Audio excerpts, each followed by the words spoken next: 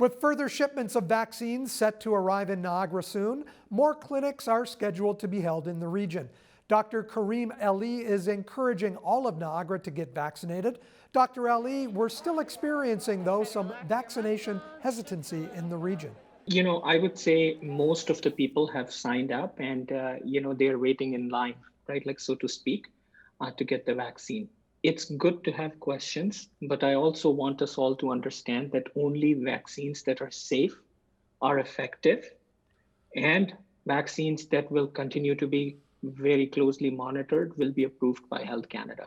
Canada is one of the world leaders in these situations. And, when we pick up reports of side effects and things, right, like that just reassures me that how closely these things are being monitored. So I want to reassure our viewers here that this is something that you should really consider. This is our ticket out of this. We're climbing towards that 70% milestone for the first vaccination, but we're still slow to get that second vaccination number a little bit higher. I think this has a momentum that's starting to build up now. There was some clarity issues surrounding mixing and matching of vaccines. And now, there is guidance from NACI, there is guidance from Health Canada, and, we are confident now that mixing and matching of vaccines are okay. So this is a good start. We will get there.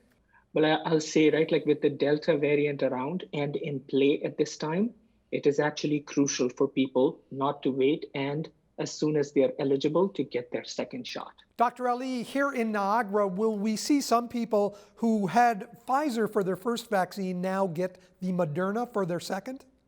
Mm-hmm. And that's totally fine, right? Both of these vaccines are highly effective.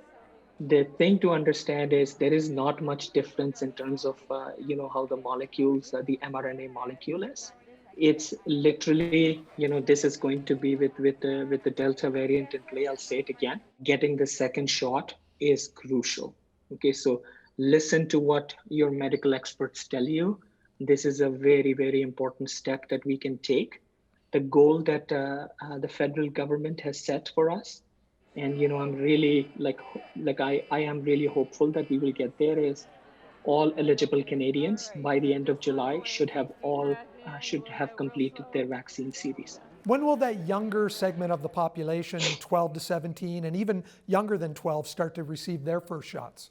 Younger than 12, I would say they are still not, there is no data out there yet, or, there are studies ongoing from Pfizer, Moderna.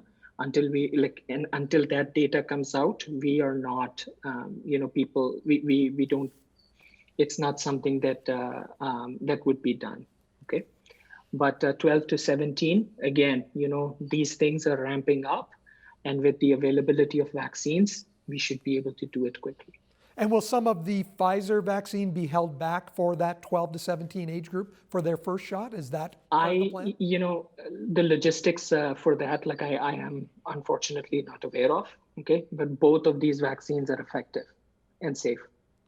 We've heard some talk down in the United States about the AstraZeneca vaccine not being recognized as a valid vaccine when people want to show proof that they've been vaccinated.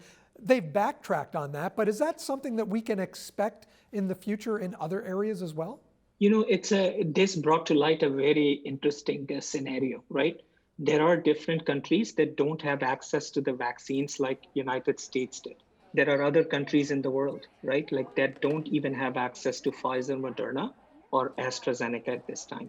The vaccines that we have available here are highly effective. My poor folks who got AstraZeneca, right, like I'm talking about our population, they have borne the brunt of this changing science constantly. I just want to reassure you that, you did the right thing, you saved lives, and, you played your part in doing this.